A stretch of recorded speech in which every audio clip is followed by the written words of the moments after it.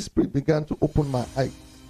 I saw that this is just a license or a joker to live not as a slave of the world, but to live in dominion over things.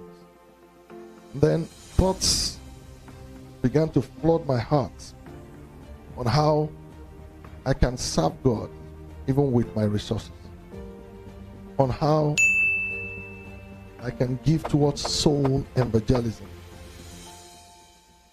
on how I can serve eternity with my schedule. And by the wisdom of the Holy Spirit, I began to understand how these two parallel, how they work.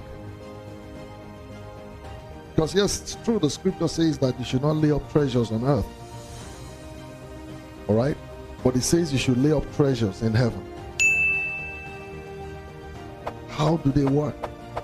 How can I work that? Is the Bible saying I shouldn't have savings? Is the Bible saying, is God saying, is Christ saying I should neglect my earthly responsibilities?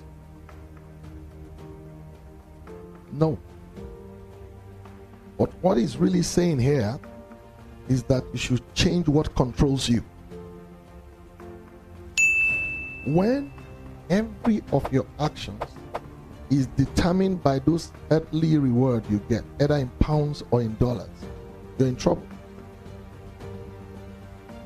But when your actions are informed by God, where in your heart you're like, does this please God? Is God in this?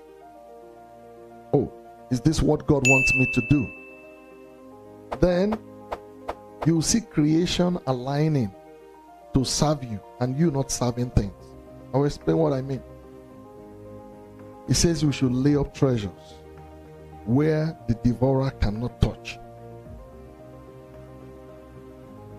Meaning that you should protect. It's like you are protecting or ensuring yourself economically. Meaning that you are connecting with the riches and glory by Christ. You're measuring yourself not hourly by hourly rate that others are being paid.